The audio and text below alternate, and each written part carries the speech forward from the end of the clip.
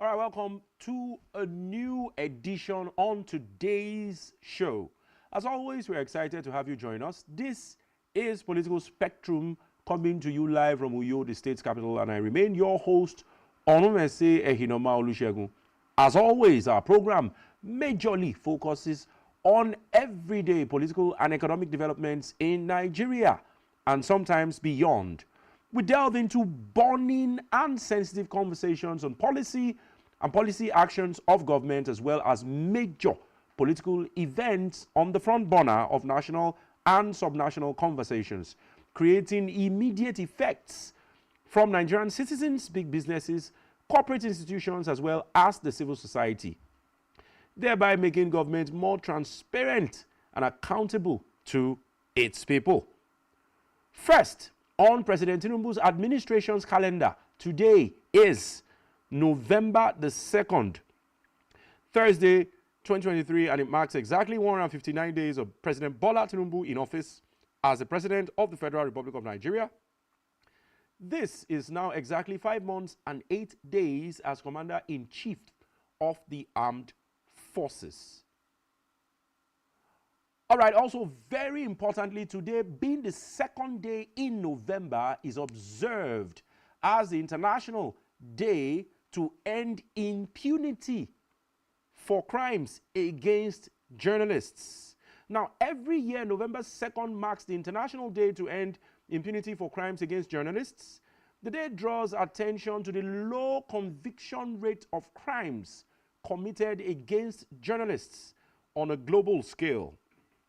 Now, we, on behalf of the entire staff and management of Spectrum Television, join the rest of the world to say no against intimidation, harassment, injustice, travesty, and perversity of justice, crimes against journalists all over the world. Because the journalist is the fourth estate of the realm. It contributes significantly to deepening democracy and exposing the activities, or do I say, the inactivities or the nocturnal activities of government across all civilizations of the world. So today is a very significant day for journalists. If you're a journalist or a broadcaster, I congratulate you on your work and I say keep doing the good work. All right, let us begin to delve into some of the developments. We are sure of some headlines making the rounds, and some of the critics are already, laughing. And that headline is simple. There is nothing wrong for a father and son to have problems. And that statement is credited to Siminalayi Fubara, the executive governor of Rivers State. And he continues, he says it will be resolved, assuring us. Now, the Rivers State governor, Siminalayi Fubara, has expressed optimism that the political rift involving himself and his predecessor, Nyesom Wike, will be resolved. Now, Fubara said there is nothing wrong for a father and a son, interesting analogy, to have problems, stressing that all issues, if any, will be resolved. The governor spoke when the Chief of Defense Staff General Christopher Musa led a military delegation to the government house in Port Harcourt. Now, the state capital, the governor said, for their state, I know everybody is wondering what's going on, what's not going on. We are okay. There is no problem. If we have an internal issue, it will be resolved and everything will go back to normal. There is nothing wrong if a father and a son have a problem. If there is any problem, but I don't think there is any. Whatever it is, we will definitely resolve the issues. End of quote. Now, you'll recall that the President Bola Tinubu and the PDP governors on Tuesday had to intervene to stop the impeachment moves against the Rivers State Governor Siminalayi Fubara. Now, the president conferred with the embattled governor and his predecessor, the Minister of Federal Capital Territory, I beg your pardon, Minister of the Federal Capital Territory, Nyesom Wike, at the presidential villa, Abuja, where they tried to settle the disputes amicably. And here we have these statements ringing a very loud bell that there are no issues, and if there's any issue, it will be resolved. Now, come to think of it, the State House of Assembly, a significant portion of it was burnt down. So I am wondering when there will be issues. Maybe when the entire Rivers State is burnt down, that is when probably we would say there are issues. But you never can lay your fingers on the things politicians say this day, because they always want to create an impression for you that they want you to have, and not the actual creation. But I wish the executive governor well with the FCT minister in resolving their issues, and the people of Rivers deserve to get all the dividends of democracy. All right, let's quickly move to the next development, still within the Rivers Wike Fubara crisis. This statement is credited to His Excellency Yesom Wike, and he says, nobody can take my political structure. Now, the Minister of the Federal Capital Territory, Yesom Wike, has said that no one can take over his political structure, and that he can fight back against anyone fighting him unjustly. Now, Wike stated this on Wednesday while welcoming governors elected on the platform of the People's Democratic Party, PDP, in his office.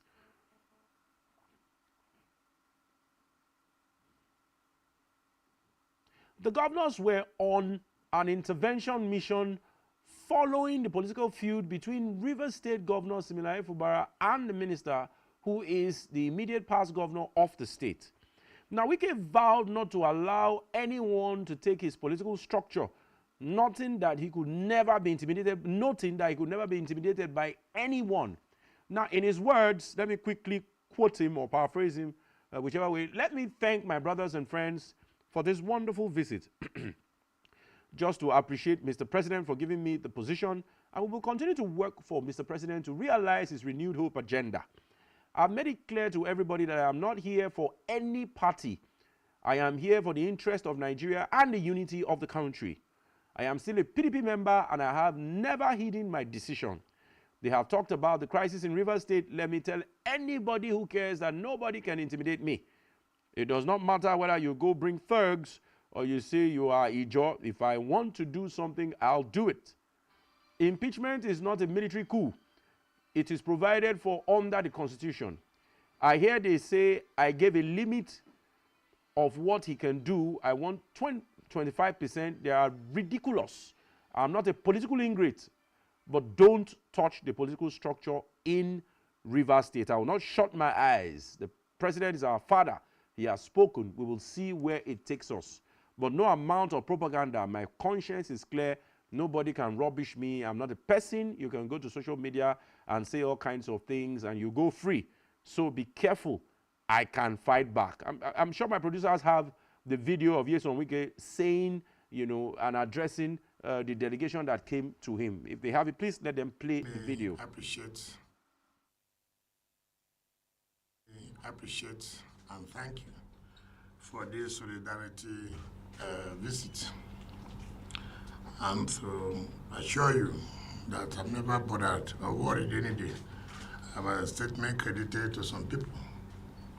I have not lost focus and I will not lose focus. I'm going to remain focused to do my work. What is important to me is to support Mr. President to achieve his 8-point agenda of renewed hope. So in course of this work, people may not be happy. Some people may not be happy, some people will be happy. So you don't expect that everybody will be happy. And when you come to look at it, when a historical appointment was made, so you should not be bothered that people will not react. So I will assure you that I don't even think about it. I don't even know whether who even made the statement. It's just that as he came now to even say it, if not, I can't remember whether I have even bothered to reflect or ponder over it, so don't be worried about that. I find Mr. President is happy what I'm doing, that's all, because he's my appointer. So I owe him everything. And I also urge you to continue to support Mr. President so that at the end of the day, all of us will be happy. At the point where we are, Mr. President will take very hard decisions, which we may not like, but at the end of the day, it is a decision that will bring us out in this logjam. It's not going to be a miracle. It's not a magic. When things are very bad, it is difficult to just come out that way. But steps are taken to see that the president puts it right. Let me also say, one of the problems we have in Niger Delta, we should stop ethnicizing any event that happens. We should stop. And that's why we have always not gotten it right. MD is a German, is he not? Is he not? Yes. I recommended him to Mr. President. He's from where? Ordinarily, I would have said, since MD is from a job, why should I recommend another German to be ED Finance? Why would I do that? I mean, look at it. So it is not only when something favors us, we are right. When it does not favor us, we are wrong. No. At least they will not settle within their family.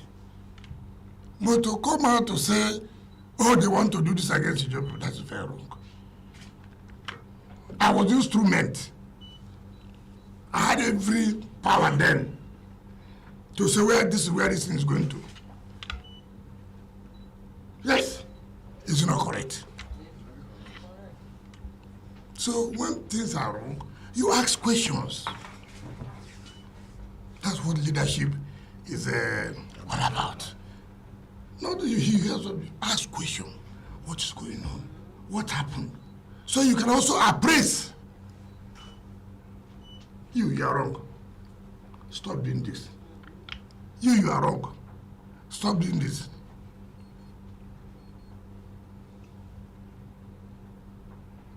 So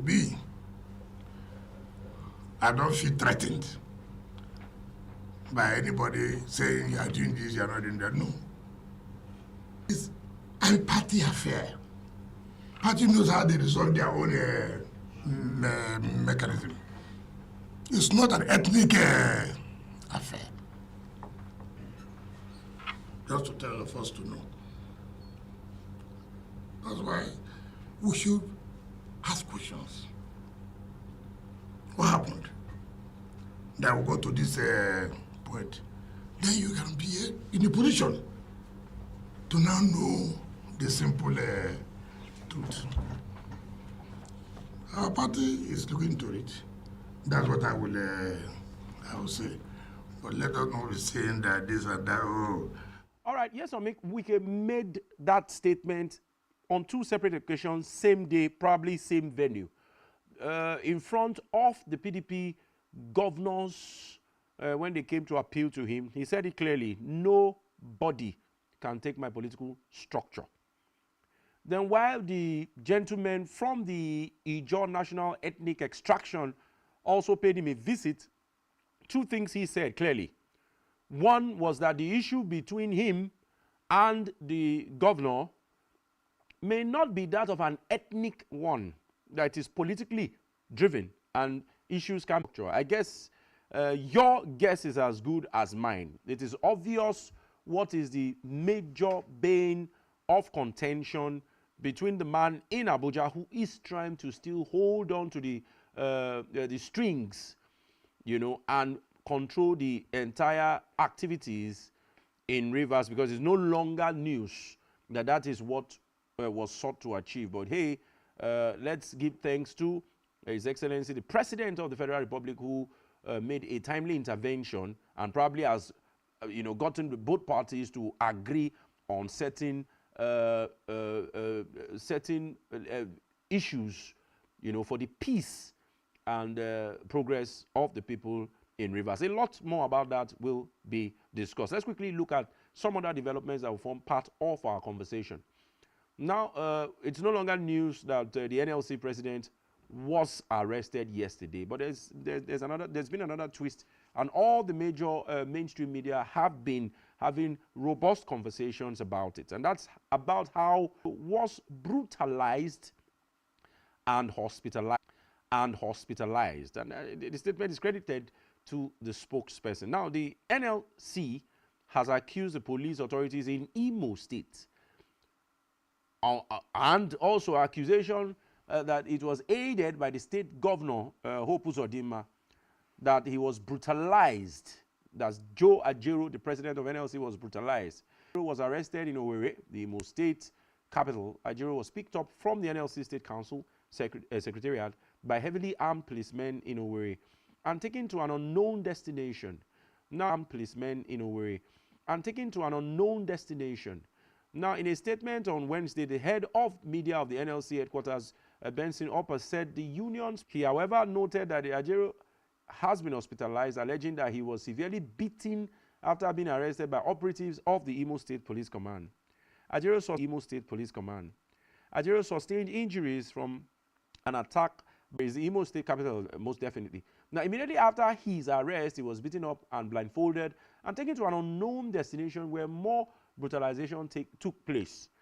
Sometimes with bottles, the statement read. Contact was made with the Congress President, Comrade Joe Ajaero, in the evening around 3:30 at the police hospital in Owerri, from where he was taken to Federal Medical Center, where he's was receiving medical treatment. Now, thoroughly brutalized, his right eye at the time of the contact was completely shot. His phones, money, and other personal effects were taken off him and have not been returned to him. On the updates of this development, Joe Ajaero has been referred to for an ophthalmic investigation and brain scan. That is a very serious matter. Now, recall that the NLC had organized a protest rally in Owerri over the alleged insensitivity of the state government over the workers' plight in the state. Moments before the commencement of the protest, some thugs attacked him and inflicted body injuries on him alongside some union leaders. After the attack, police operatives whisked him away to their facility. The leadership of the NLC had accused the state government of being supervised by the State Commissioner of Police, the head of the information unit, Benson Upper. This might, he said, Congress President Joe Ajaero has been referred to for ophthalmic investigation, a head-brain scan, a full-body scan, and cervical span therapy, among other medical investigation. He's presently on a neck collar with wheels all over his skin. But on the other hand, the twist gets interesting. The police is saying, and I want to quote them, we took him into protective custody. Police denies that they arrested Ajaero. Now, shortly after the news of Ajaero's arrest went viral, the Imo State Police Command denied arresting the NLC president. Police Public Relations Officer Okoye Henry said, contrary to the reports, Ajaero was placed in protective custody. Now, he says, and I quote, it is pertinent to state that the NLC president was in Owerri as part of arrangements of the Congress to mobilize workers for a mega protest rally in the state, the police said. Now, in the course of their planning, it was reported that suggestions arose for the lockdown of some essential facilities, particularly the airport, which led to some workers and other individuals resisting the picketing process, leading to scuffles and heated arguments, and an eventual attack on the person of the president by a mob. Now, at the state command headquarters to ensure the protection of his life and that he was not lynched in the scuffle that followed. The police spokesman also said there is an order from the National Industrial Court in Owerri barring the NLC from holding the intended protest rally in the state. Specifically, the Commissioner of Police, Mohammed Ahmed Bade, urged all concerned parties to ensure compliance with the court so as to avoid jeopardizing the current security arrangements in Owerri and other parts of Imo ahead of the November 11 governorship election. There you have it on the screen, the statements by the Imo State Police Command. very boldly on the screen there. They are saying they did not arrest, they put him in protective custody. But we'll play a video. It's an amateur video of the NLC president, stating what he thought happened after he had been brutalized. There are a lot of marks on his face and, according to reports, on his bodies to show that he was actually manhandled.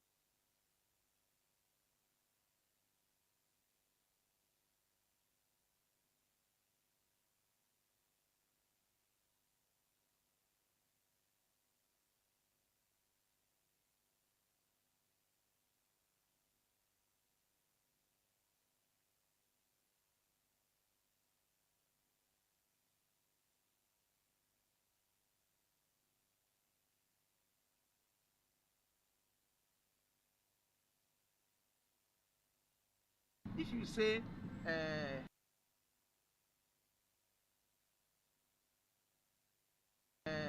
extend interim order, as interim order elapsed with time. If they had issued a fresh interim order, it's a different thing. Yes. You understand? As I see what you are reading now, you don't read this thing to where some of us are. They don't extend interim order. If it expires within 1 week or two, you should have issued another order. Yes. Ex parte. So they kept that letter. They kept that thing they posted to them. Okay. That they say, whether do I know that I should this thing they can prosecute me about? I say, well, it is the same court that granted this order that can institute a contempt charge. Yes. You can't just now start prosecuting me. My brother. They were beating you. They beat me. God must have taken extra time to create me. Ordinarily, kind of beating. You received.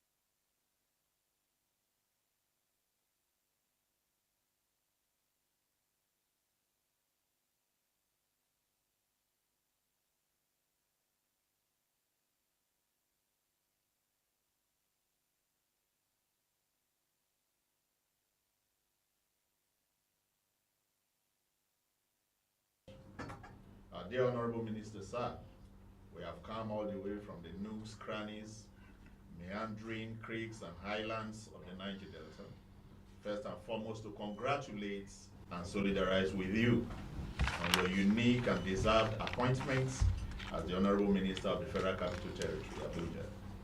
We say your appointment is unique because you are the... May we also profusely thank Mr. President Bola Ahmed Tinubu for choosing one of our own to occupy this exalted office. We pray that Mr. President will also give you all the needed support and resources to perform maximally as you did in Rivers State, where and when you were governor and called Mr. Project. Honorable Minister, a pertinent area that invites our attention and solidarity with you concerns your recent encounter with Sheikh Ahmed Gumi. Although many people have reacted in various ways to this statement, we feel duty-bound as your brethren, as yours, to also lend our voices. To say the least, Gumi's arrogation of exclusive ownership and monopoly of administration of Abuja by a given ethno-religious region in Nigeria is not only disturbing, it's disgusting, senseless, but also cruel, hubristic, irresponsible, and divisive. It clearly goes against the grain of Abuja as the melting point of Nigeria, and therefore highly condemnable. We are glad for the avalanche of criticism against these unguided statements from every nook and cranny, and the denial of his mean and myopic position even by the Northern Elders Forum. Going further, Gumi should know that Barrister Wike is not a political orphan from the Niger Delta. He has a very strong socio-political base. So we take very serious exception to the call for the minister's sack and to the blackmail on the president with denial of electoral political support in faraway 2027 should the president fail to do his unholy bidding. We wonder where Gumi has got the right and audacity to threaten the president. We also wonder what electoral value Gumi carries in Nigerian politics. In the midst of all these diversions, we urge the minister to remain focused and discard the tantrums of this frustrated sympathizer and promoter of terrorism and insecurity known in Nigeria, who is sorely afraid of your noble plans to deal squarely with the menace that is ravaging Abuja and environs. Gumi's satanic utterances smack of one fishing in troubled waters whose singular desire and object in life is for the waters to continue to be troubled for him to fish. These waters need peace and stability. Therefore, we urge you to continue with your developmental plans because you are the man to do the job. The Honorable Minister is assured of our total support as long as you are on the right track in the performance of your official duties. We therefore urge you to be very circumspect in your official engagements. Continue to be focused, ignore distraction, and make Nigeria proud, and we believe in you. Honorable Minister, sir, while we congratulate and solidarize with you, we cannot leave here without a word or two because we were on our way when the incidents in Rivers State stared in our face.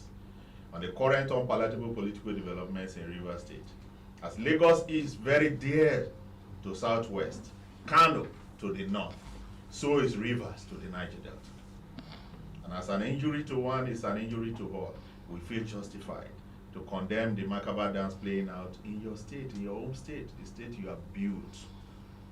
We join PANDEF, INC, IYC, MOSEN, MOSOB, Obaka Equere, and all other responsible bodies in the Niger Delta in condemning the attempts at impeaching the governor by the House of Assembly. It is quite unacceptable to us and to the entire Niger Delta. Any person, authority, or group of persons involved in stoking this fire is strongly advised to desist from it and allow peace to reign. So you are the political leader of Rivers State. Both the executive and legislators are your political proteges. This is your political family, sir. They will listen to you. That is why we are calling on you to talk to them. All eyes are on you, sir. Be the peacemaker that you are, and do all you can to timely quench this fire before it becomes devastating. The consequences will do no one any good. It will not also speak well of us as Rivers people, in particular, and Niger Deltans in general. You can never be silent, sir, because it will not be golden. And the world will think that you will be playing the ostrich We plead with you to step in now, sir, very timely, to a peaceful resolution of this matter. You are a Rivers man. You are the leader of the politics of Rivers State. That is why we were bothered. We didn't want to lose you to Abuja. So we plead with you to step in so that the Nigerian populace will not say that Pompey was drinking tea when Rome was born. I appreciate and thank you for this solidarity visit, and to assure you that I've never bothered or worried any day about a statement credited to some people. I have not lost focus, and I will not lose focus. I'm going to remain focused to do my work. What is important to me is to support Mr. President to achieve his 8-point agenda of renewed hope.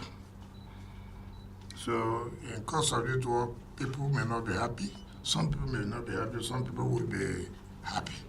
So you don't expect that everybody will be happy.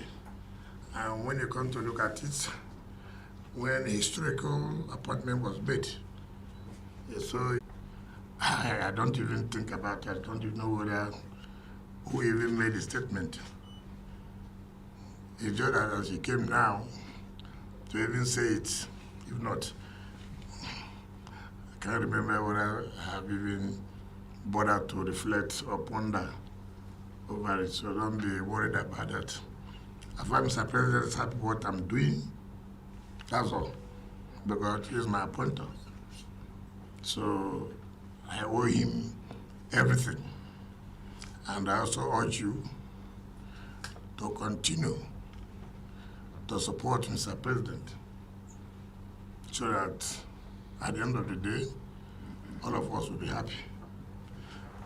At the point where we are, Mr. President will take very hard decisions, which we may not like, but at the end of the day, it is a decision that will bring us out in this logjam. It's not going to be a miracle. It's not a magic. When things are very bad, it is difficult to just come out that way. But steps are taken to see that in any event that happens, we should stop. And that's why we have always not gotten it right. MD is a German, is he not? Is he not? Yes. I recommended him to Mr. President. He's from where? Ordinarily, I would have said, since MD is from a job, why should I recommend another German to be ED Finance? Why would I do that? I mean, look at it. So it is not only when something favors us, we are right. When it does not favor us, we are wrong. No. In politics, there are a lot of internal wranglings. That does not mean that in that internal wranglings, they will not settle within their family. But to come out to say, oh, they want to do this against each other, that's very wrong. I was instrument. I had every power then to say where this thing is going to. Yes, it's not correct. So when things are wrong, you ask questions. That's what leadership is all about. Not that you have to ask questions. What is going on? What happened? So you can also appraise. You are wrong. Stop doing this. You are wrong. Stop doing this.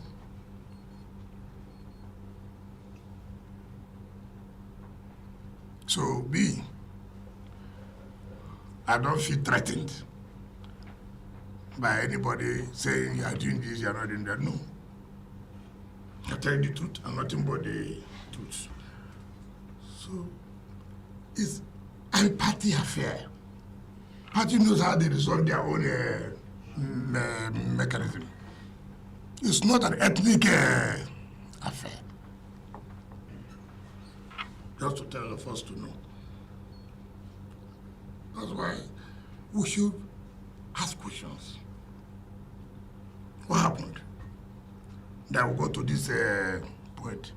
Then you can be in a position to now know the simple truth.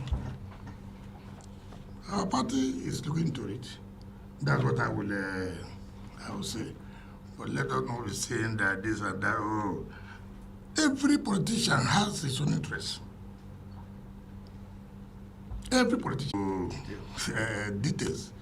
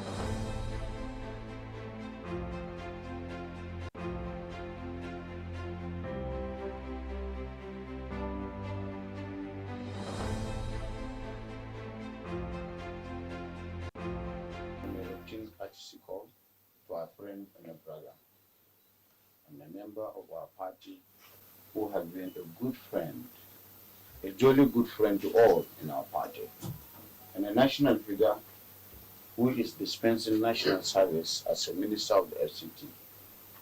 And we just came out of a little crisis from his state. It's because of his maturity and leadership, and indeed the intervention of Mr. President, this towering crisis appeared to be nipped in the bud. And we know the antecedents of Governor Wike. We know his contribution to national politics and national development. We know his relationship with our colleague, the Governor Pobra of Rivers State. We know his numerous forays in politics. And we are not surprised that this matter is coming to an end, or it has come to an end the way it has. We would have waded into the matter, which would have been very simple because of our personal and interpersonal relationship with the FCT minister.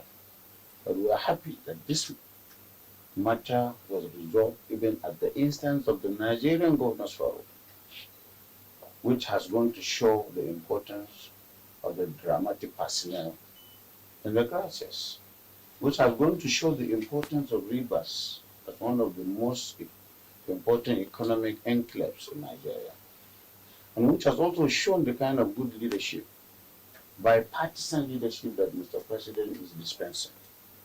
At the risk of being accused of flattery, we really appreciate Mr. President and Mr. Wike. Again, giving him this office of the FCT, which is like a state, in spite of the fact that he's still one of us as a PDP member, has shown the kind of leadership that Mr. President has. I want to say I once benefited like this when I was in ANPP and stayed in this office as a minister. So it's not something that is different. The antecedents of the FCT minister make him deserving of this recognition of Mr. President. And we are proud that he's still one of us. So long as he's still with us, we are with him. And because we know it is a family problem, it is resolved in the way that we least expected. We thank you and we continue to urge you to continue to be a mentor, to be a leader, not only of your state, but of our party, national issues, especially the most trusted person of Mr. President. We are proud of this dual and multifarious position that you have assumed. You are growing in your pedigree, even though you contested election with me for the primary, I know your pedigree has risen very high. We are sure you are going to make your positive contribution to the growth and development of Nigeria, especially at this level, given your antecedents in River State. On behalf of my colleagues and indeed the PDP, we are very proud of you, and we are grateful for your maturity and your willingness to accommodate and to swallow all the issues and make your place a good place that it is, that is River State, and for you to continue to dispense your onerous responsibility to Mr. President in this bipartisan responsibility that God has given you. Thank you very much for giving us opportunity to meet you within a very short notice. We know how crowded and busy this office could be. Thank you very much. Well, let me.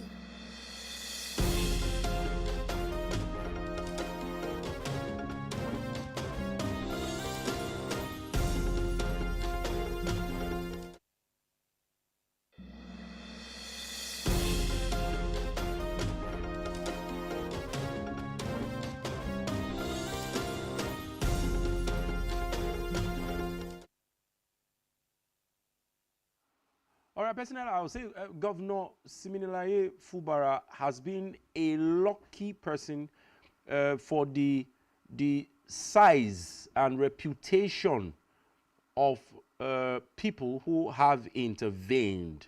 I'm sure you can relate with me on what I'm trying to say. There are some people in your life that you cannot say no to when issues have erupted and you have decided to take a position.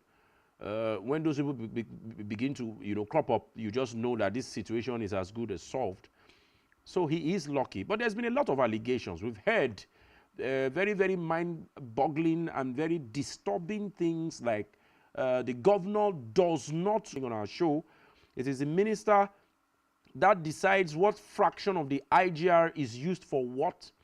Everything that comes to the state must be reported to the FCT minister first before he takes a decision.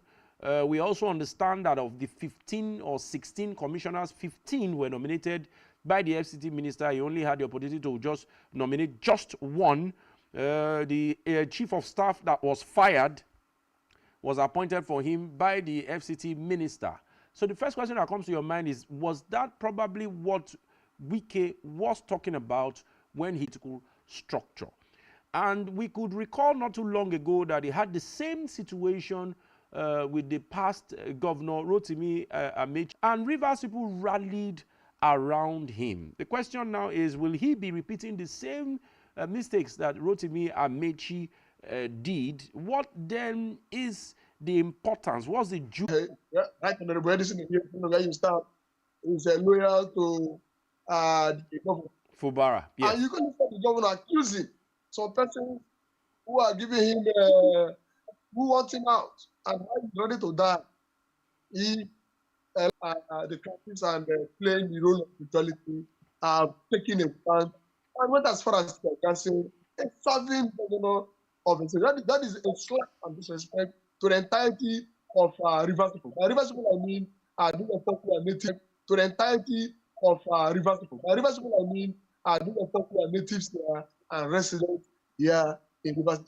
I don't like the governor as a person. By that I mean, it's not about hating as an individual, but some of the actions that he has taken that I disagree with. Our organizations and on personal positions are policies that are not. So as it is, so comrade, as it is, we think that 1 minute, comrade. 1 minute, comrade. 1 minute, comrade. We'll continue on the conversation because we're gradually wrapping up. So as it is, you may not be able to say that these are the people that have been accused or accusing fingers have been pointed to them to be responsible for burning down the House of Assembly. Because there's been rumors even outside Rivers that the reason why the House of Assembly was burned down was so that the faction of the members of the State Assembly that wanted to carry out the impeachment proceedings will not be able to do so. And when there is a vacuum, people begin to feel answers into it. I understand that a lot of people are behind the governor, because ideally, by constitutional obligations, the governor is supposed to be in charge and should be able to run the administration and the operations of every activity or aspect of Rivers State. But accusing fingers have been pointed that that was one of his measures of stopping the impeachment proceedings. Yes, comrade, you can respond. You know, during political banter, you are likely to get a lot of allegation and counter allegation. It's normal. You know, our crime, you know, is normal. And of course, you know, our politicians are A mere boy until the recent outburst. Is it true? Because we've heard all sorts of things. It takes permission for this. It takes permission on how to allocate IGR. It takes permission even before it travels out of the state. It takes permission when resources come into the state. He must first tender it to the FCT minister before any action is done. We are even hearing that recently, that it was allowed, he was allowed to be member of the Governors Forum. Of course, we know rumors are rife everywhere. But is it true that Rivers people don't really see Fubara as the executive governor, rather they see him as a puppet and a third tenor of Wike's despotism and autocracy in Rivers State? these are the views on the street. Views and counter views. Let us look at the facts before us. Okay. And what are the facts? The facts are that Simfubra, ordinarily, on his own merit, I doubt based on the political wave of that time, would have been able to storm the political waters and emerge a governor without the political machinations of Governor Wike. I doubt. It's my personal opinion. And of course, okay, so that confirms the fact that nobody knew him until Wike brought him to the fore. Hold on. So when you take that on one side, then now take what happened after the election, which is that the Secretary of State government was appointed is an ally of the former governor. In fact, he was the Secretary of State government of the former governor. That was the person that is still the SSG to stream, which is most unlikely in check any other state. You cannot see that. You can't see that. The chief of staff is a loyal person to the former governor. In fact, the kinsman from his Obiakpo local government area. Chief of staff, and these are personal appointments made by governor. These are exclusive privileges governors enjoy. The camp commandant was one a police officer. I don't know if he's still serving or but the camp commandant, he served under Governor Wike, and he's still the camp commandant in charge of government house. The same. The CSO, all of these things. So when you look at this, when you put what happened before the elections and what is happening now, that if you look at even the commissioners, the commissioner of works under Wike is still the commissioner of works under Simfuba. The commissioner for finance, you know, all served under Wike. So all of this is when you put this put together, you can assumptions fly around. It is suffocation. Simfuba is trying to say, Oga, please, I beg, allow me in some area. Let me be the governor of the state. Possible.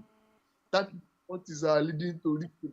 But like I said, all of these insinuations, all of these rumors that are just being live because of what is played. It could be true, they could be lies, but these are the facts before us.